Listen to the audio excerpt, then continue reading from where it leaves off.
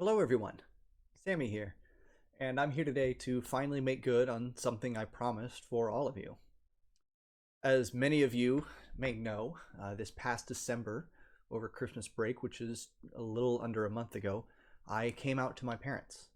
And I know that a lot of you wanted to hear this story and get my thoughts, and that's exactly what this is. As much as is possible, I'm going to refrain from cutting or doing any editing to this video. So you're just getting the raw, unfiltered story as it comes to mind. So I really do hope that you get something out of this. If nothing else, that you can just celebrate another win.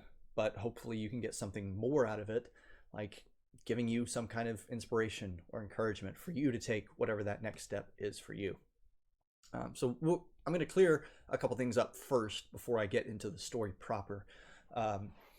And I guess we'll just start with kind of what my history is in all this. I probably need to do a video itself on my whole history with cross-dressing and why I didn't start doing it until a year and a half ago, basically.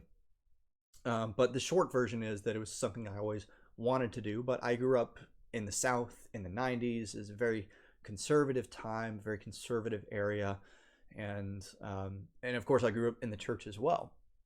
My parents are religious, as am I, and pretty much everybody that I was around had a pretty strong Christian faith. And so just the idea of presenting as a female as a hobby, it was equated with a lot of other things that, quite frankly, it shouldn't be. It has associations with homosexuality, which, again, I understand it. I don't think it should be, but I understand. It had associations as time went on with gender confusion, which makes more sense to me. But I think you have to take all these things on a case-by-case basis. You can't just look at them and say, okay, here's a guy that wants to look like a girl. It clearly means he's uncomfortable and unsure of who he is, so let's stick him into this camp. And so for the bulk of my life, my experience with cross-dressing was just going in to borrow things from my sister and from my mom, and while they were out, and just put it all back before they could ever get back. I usually had, on days I would do it an hour, maybe 2 hours, and when you're going through that, you're also kind of limited by what actually fits you as well.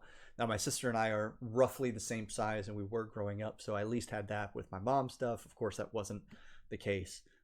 But at that point, I didn't necessarily care either. It was just, hey, I want to see if this is what I think it is. But that sufficed for a while. And I never wanted it to be something that came out. I wanted it to just be my secret. And whenever I could indulge in it, then I would. Fast forward to my early to mid 20s, I was dating a girl. We eventually got engaged. But once we started getting serious, I told her about my curiosity for cross-dressing, and she, quite frankly, she hated it. So it pretty much killed any desire I had for that, and that's why I would go and look at other cross-dressers on the internet. I was getting to live vicariously through them, and that was kind of an outlet. But I think deep down I knew it was never actually going to go away, because I was still trying to expose myself to it as much as possible during that time, despite the fact that my ex-fiance, again, despised it. She gave me an ultimatum as soon as I told her, and that's when I decided, like, look, okay, I'm clearly committed to you, not to this thing that I don't fully understand, so of course I'm going to give this up. Obviously, we ended up breaking up. We never got married. This was not really a contributing factor at all. I think it may have sat in the back of her mind somewhere, but that relationship had many, many more problems that I was too happy to ignore along the way. And so after that relationship ended, the desire kind of died again, and then it cropped back up big time about 2 years ago, and then I spent some time wrestling with it. And then, the story of Sammy is pretty well documented on Instagram and a little bit on Reddit now. So again, I'll touch on that more, and I'll give a fuller history of myself in another video if that's something you're interested in. On to the crux of the matter then. A lot of you were familiar with my whole being forced to come out through work, and that caused a lot of issues for me, a lot of stress and anxiety, and thankfully I came through it relatively unscathed. I did lose some people, and I'll address that at some point. There's still some sensitivities there, not necessarily for me, but I'm trying to be the bigger person in this. And go figure, I accidentally hit the space bar on that one as I was saying it. So there's my first cut. So we're going to set this up here so I don't accidentally do that again. But yeah, I'll share more about that situation later on. But my siblings knew going into this, around that whole coming out time. I texted my siblings and told them everything. My sister loved it. One brother was pretty indifferent to it, but the other was just kind of stoic about it. But everybody still told me that they loved me, that it didn't change anything. It would just possibly present some issues. And so I think that was back in like June or July of this past year. And I spent the better part of 6 months wrestling with if I even needed to tell my parents about Sammy. My parents are older. I am 32. I'm going to be 33 this year.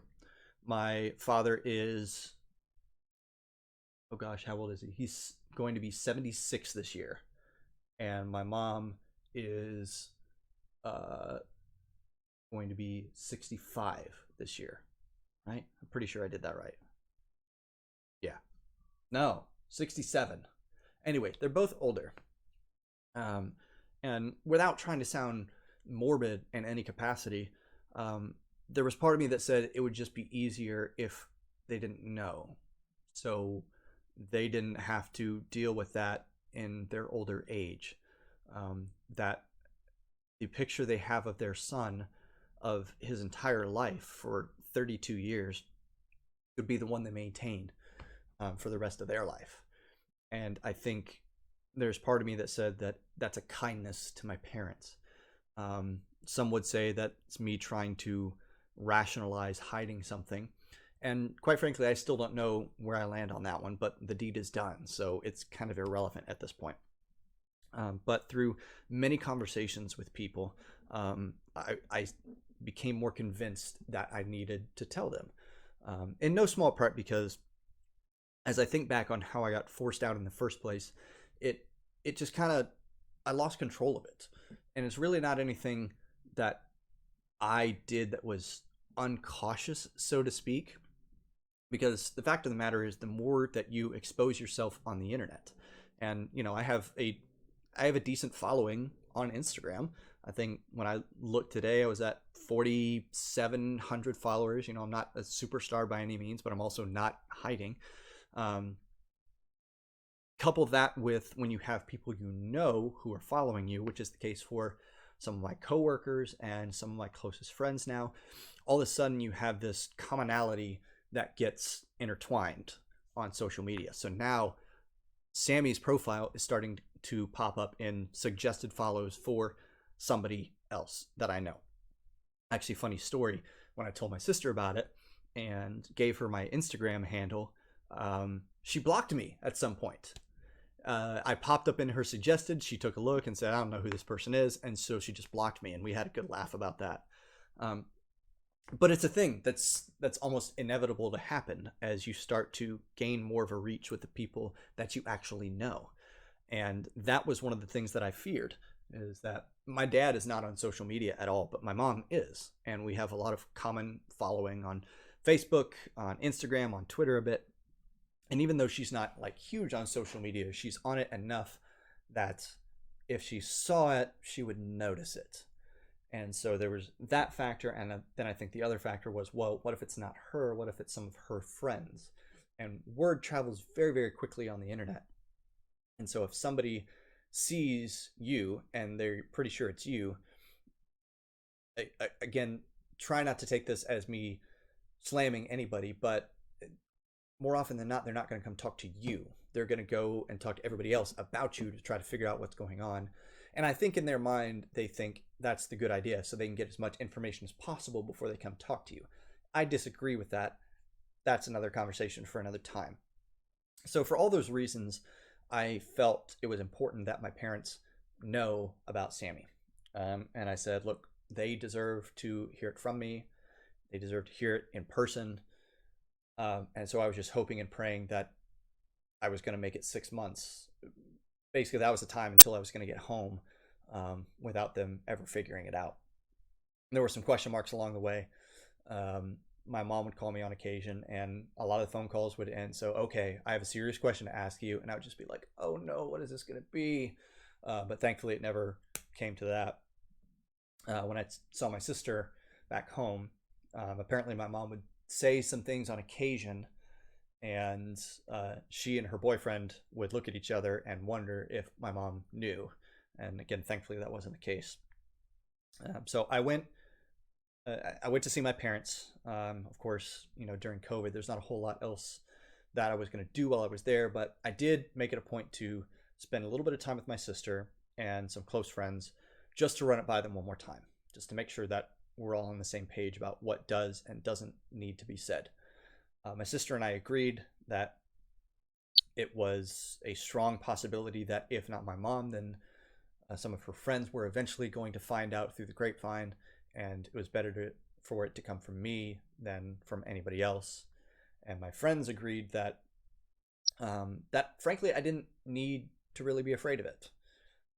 That as many mental roadblocks as I threw up in my mind about what my parents would say, what they would do, how they would react, that my parents are actually pretty cool. That even though grew up in the South, my dad was born in Alabama, if I'm not mistaken, but he traveled all around the South. Went to college in the South, went to med school in the South. My mom grew up in the South. That's the culture that was always around.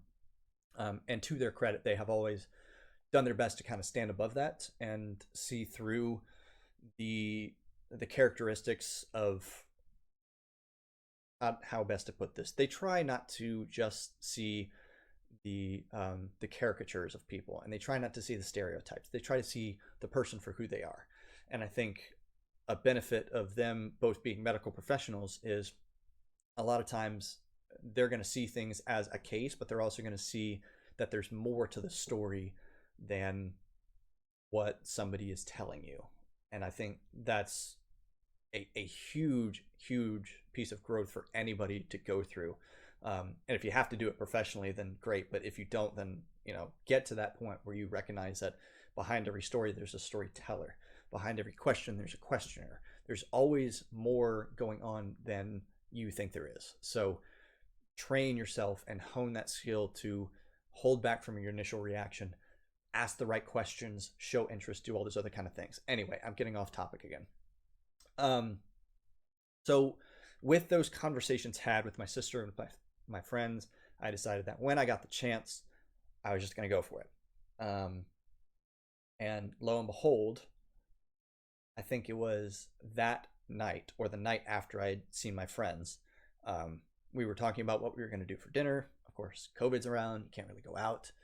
And my brother and sister-in-law were not going to come over for dinner. And so I was going to be there, just me and my parents having dinner in their home. And I said, all right, well, now's as good a time as any. It's going to suck. It's going to be really, really hard, but it's time. And my sister and her boyfriend had done a great kindness to me in buying me a bottle of whiskey. I don't know if that was the reason, but it definitely helped. So I was trying to hype myself up for a couple hours. I didn't go into that conversation drunk, but I just needed something to take the edge off. But I remember sitting there during dinner. It was just very, very quiet. I'm not usually that quiet of a person. I do like to listen instead of talk, but that doesn't always mean that I'm quiet. When I'm quiet, like I'm not saying anything. I'm out of the conversation. I am just trying to focus on whatever it is that's going on inside my head here. And that was exactly the case. They didn't probe, they didn't ask any questions like that, but towards the end of dinner, we were finishing up, and my parents were getting ready to stand up from the table and go wash the dishes. And I said, actually, can I talk to you about something real quick? And I remember I didn't even know where to start that conversation. Like, there's no good lead into it if you haven't been preparing somebody for that conversation. So it's always just going to hit you like a freight train. And that's exactly what I did. For better or for worse, I said, look, I don't know where to start this, so I'm just going to throw it out there. Um, for the last year and a half to 2 years or so, um, I have been and still am a crossdresser. And I started telling them about the many complications and difficulties that it had caused me in the last 6 months or so. Again, some of that y'all don't know yet, but I will cover it at some point. And I think I sat there and I just talked for a good 20 minutes. They were very kind in that they never interrupted me. I could see concern on their face. I could obviously see wheels turning. They had questions that they were going to ask. And I did my best to lay everything out that I possibly could have beforehand. Having gone through plenty of these conversations already, I pretty much knew what questions were going to be asked. And when I stopped talking, I think I said something to the effect of, look, I know you're going to have questions. Feel free to ask any of them, no matter how awkward it seems, because I guarantee you I've answered it 100 times already. And, maybe that's just good training on my part and trying to prepare for it. But anyway, once I had said everything that I felt I needed to in that moment, I just kind of quieted down and I let them ask their questions. And it was very interesting because the questions weren't what I thought they were going to be, even though, or how about this? They weren't the questions I anticipated to be most important in that moment. Of course, I anticipated the question, as I have with every conversation, does this mean that you're gay? Does this mean that you're trans? And I addressed that one pretty quickly. But my dad was very kind about it. He said, as nicely as he could, does this mean, and not that there's anything wrong with this, but does this mean that there is some homosexual desire within you? I said, no. It's just, I'm very secure in that. It's just not my thing. He said, okay. And I said, before you can ask the next question, no, I'm not trans either. I am very comfortable in my identity, in who I am. There's no part of me that wants to be a woman full time. As far as what this is, I think there's still some exploring to be done. I'm not ruling out the possibility of like gender fluid or something like that, but at least where I am right now, I'm comfortable and I'm very happy with myself. And he just like, okay, yeah, that makes sense. My mom asked the bulk of the questions. She was understandably concerned for my well-being because she's my mom. She always will be, and she will always be concerned. But most of her concerns weren't for, say, my mental health, as one would expect the question to be. It wasn't, well, have you gone to see a therapist about this or anything like that? We did talk about that. I was actually the one to bring it up. And I said, look, I'm a huge fan of mental health, huge proponent of it.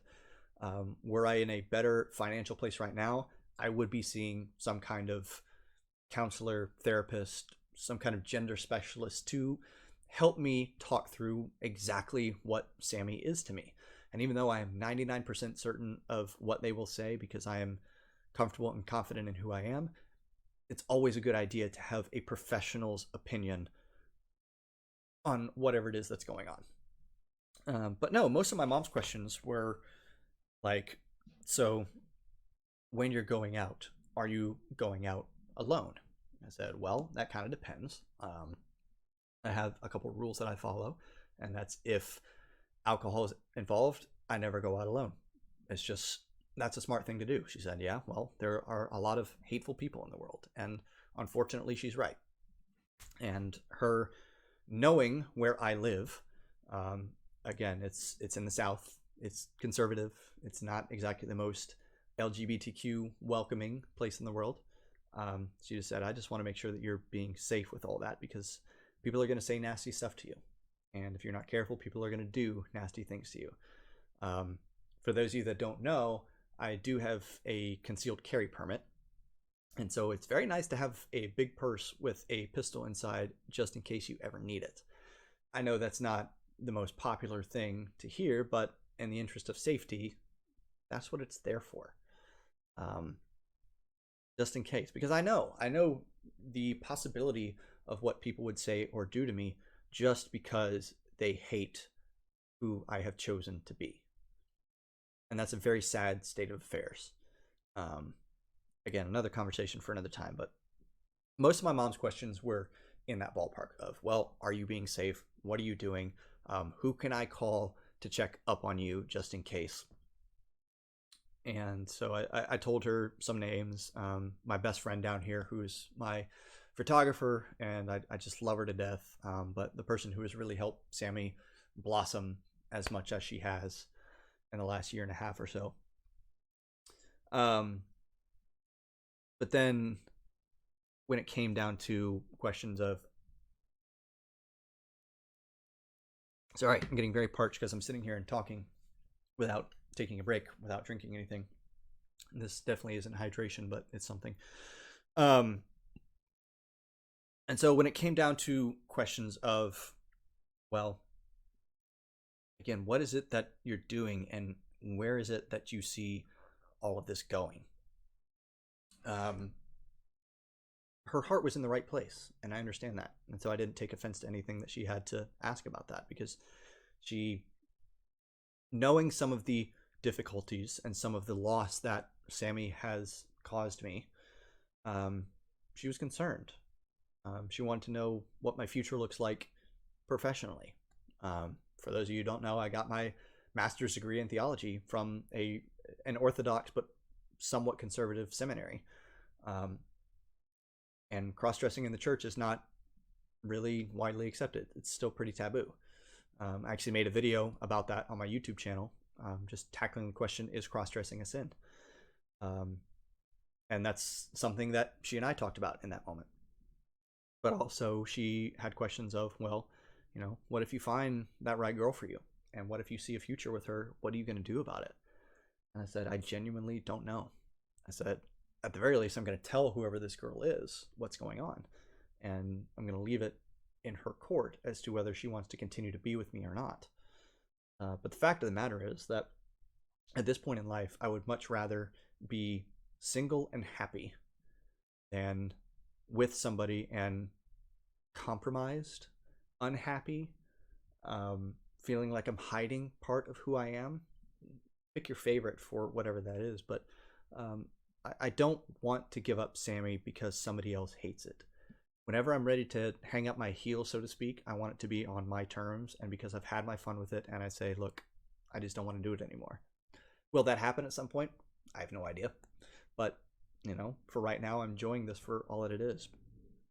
And so I greatly appreciated the questions that she had in that regard, because, again, she's my mom, and she wants the absolute best for me, just like my dad does. She wants to know that I'm headed somewhere, that I'm going to be happy with wherever it is that I'm going. And more than anything, I think she was concerned for my mental health. Again, which I understand, and I appreciate her looking out for me on that. For a variety of reasons, very few which I have shared yet, and I may at some point. The last 6 months or so have been really difficult, and it's been very easy to allow myself to slip into some self-destructive tendencies and allow myself to indulge in dark thoughts, shall we say. And her concern was, well, you shouldn't have to be going through that alone. And she's right. Nobody should. Nobody should ever have to feel alone to the point where they have nobody to turn to if they're in a really bad place. Thankfully, I do. I did, and I still do. I have so many people that I can call up and say, hey, look, I'm in a bad way right now. I need some help. And those people will come running to help in whatever capacity I ask them. And that's a wonderful thing. But yeah, it's a fair and legitimate concern that somebody who, if you don't fully understand what's going on here, you can easily take that as there are so many things that could potentially be wrong, and so many things that could go wrong, if not within you, from anybody else around you, one wrong word, one wrong action, and all of a sudden you're in a mess of trouble. I know I'm being purposely vague with that discussion. Again, it's something I'm not quite ready to talk about just yet, but we'll get there. Um, but yeah, so the latter like 45 minutes or so was a whole lot of questions from there, and me trying to answer them as best as I possibly could. Um, my dad doesn't get it, and as is the case with 99% of men in my life, they don't. It's just a thing. I don't expect any of my male friends to understand why it is that I like to do this. It's very hard to explain that, because there is there's a highly emotional part to it. There's a self-esteem part of it, a confidence part of it. There's just a general, I don't want to use the word vanity, but there's a vanity portion to it of just, I I have never enjoyed the way I look as a man. I've never found myself to be a particularly attractive man, but Sammy, on the other hand, I feel is beautiful. I feel beautiful as Sammy, and that is confirmed with some of the things that get said to me online and in person. Just be nicer about it, folks. Really. Um, and so for all those reasons, I never expect a man to say, "Oh yeah, I 100% get that." But as long as you're not dismissing me out of hand, probably good. My mom, I think she connected with it a little bit more because she understands that part of it, at least the preparation and the reward of the joys of makeup and fashion, and getting to see beauty in the mirror when you look back on this person. And I think that's a wonderful thing. um, but of course, the conversation's not over. I don't think it's going to be for quite some time, because there will always be questions. And even though the last couple weeks have been fairly quiet, I know it's going to come up again. I told them that this is not a compulsion for me, that they should never expect that I'm going to come home and force them to see Sammy. They don't know that she has a name, they don't know about the Instagram, they just know that this is something I do.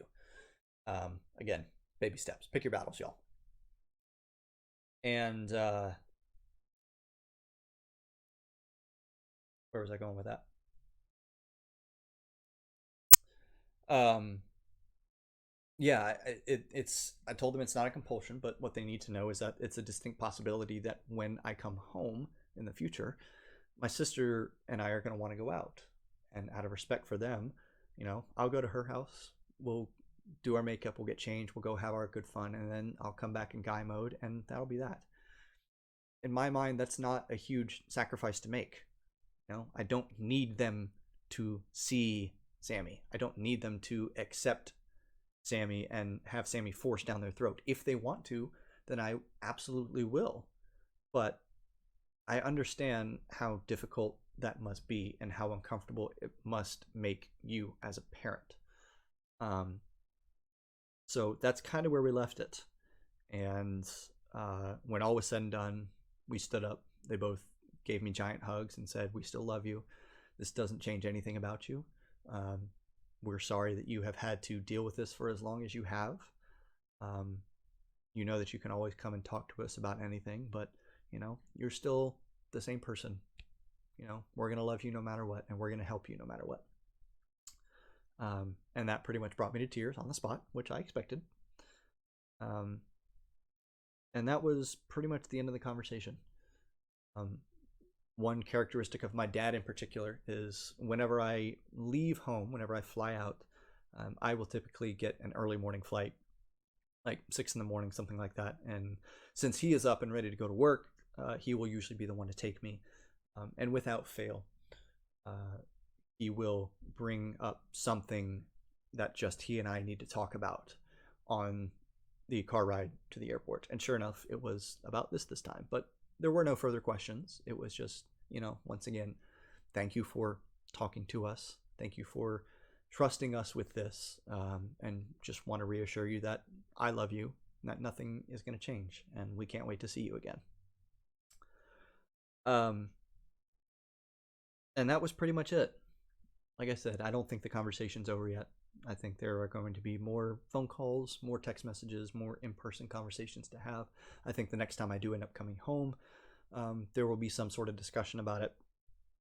But the burden is finally off my shoulders. And that's the best way I can put it. The people that I want to know, everybody who I want to know about Sammy now knows. And so there's no more fear in that. Don't get me wrong, I'm still going to be careful. You know, I'm not going to litter my house with all of Sammy's things so that when somebody who doesn't know comes over, they're going to give me 20 questions about it. But, you know, if somebody spots me out in public, whatever. Somebody comes across my Instagram profile, whatever, you know, let's talk about it. This is part of me. When word eventually does make its way into 100% of the public, which I'm convinced it will, then whatever, I'll face those questions and difficulties as they come. That's all I can really do. So yeah, it really is a freeing, a very liberating experience to know that I don't have to hide anymore. You know, I have the assurance from my bosses at work that if I ever want to come to work as Sammy again on a non-Halloween day, that I can. I'm sure there's going to be difficulties with that, but I can do it. I can pretty much go out in public as Sammy at any point that I want to, walk around my apartment complex, go get something to eat, go to the bar, go do whatever, and I frequently do, and that's wonderful. It's very freeing. I continue to say that the ultimate goal for me as Sammy was to just make this a normal part of my life. Normal to the extent of that if I want to go do something, it shouldn't ever have to be a question, can I do this as Sammy? For my own safety, for whatever. There still are some things that fall in that camp. You know, I'm not going to go to the DMV or really any government office where they need government ID and verification. I'm not going to do that as Sammy, just to make things easier for everybody. I'm really not going to play athletics as Sammy because, you know, it takes a lot of time to do all this and I don't want to sweat it off. But past that, doors open. I can do pretty much anything and anything I want as Sammy, and come what may. And it really is wonderful. That's pretty much the story. I hope you're taking something from this. My word of encouragement to anybody watching this who is wondering if they should come out to their parents, their friends, or whatever. My first piece of advice is always going to be figure out if it really is important to you. Figure out what it is that you're going to gain by them having that knowledge. So in my case, I gained authenticity with my friends. Not that I wasn't already, but I gained more authenticity with my friends and with my family. I gained the ability to present myself however I want to, whenever I want to. And for me, that was important. Now, for those of you who are perfectly happy letting this be your private hobby that you never leave your home, maybe you don't need to tell anybody, and that's fine. But if this is going through your mind, ask yourself first if it's that important to you. Second of all, have conversations with people that do know, if there are people that do know. And if there aren't people that know in your life, reach out to somebody like me, anybody on our community on Instagram who has gone through this experience before, and we'll be able to hopefully give you some insight as to what might happen. And if at that point you decide that yes, you still want to tell somebody, then go for it and don't look back. But remember that, you know, as wonderful as an outcome as my story had, there are equal number of stories that have not ended that way, where people feel abandoned by the people that are supposed to love them the most. You got to know what it is that you're potentially risking. And if it's worth it to you, because it's going to make you happy for them to know and for you to continue being yourself, then go for it. I know that's not a perfect answer. I know some people will disagree with me, and that's fine, but it's just where I'm coming from on that one. So thank you for listening. I'm sure this has gone on far too long for an Instagram video, ergo it probably end up being on YouTube. And like I said, just be uncut. But if anybody else has any questions about it, I'd be more than happy to answer them. Feel free to reach out and to ask. Drop a comment on YouTube, shoot me a message on Instagram, and I'll do my best to get back to you as quickly as I possibly can.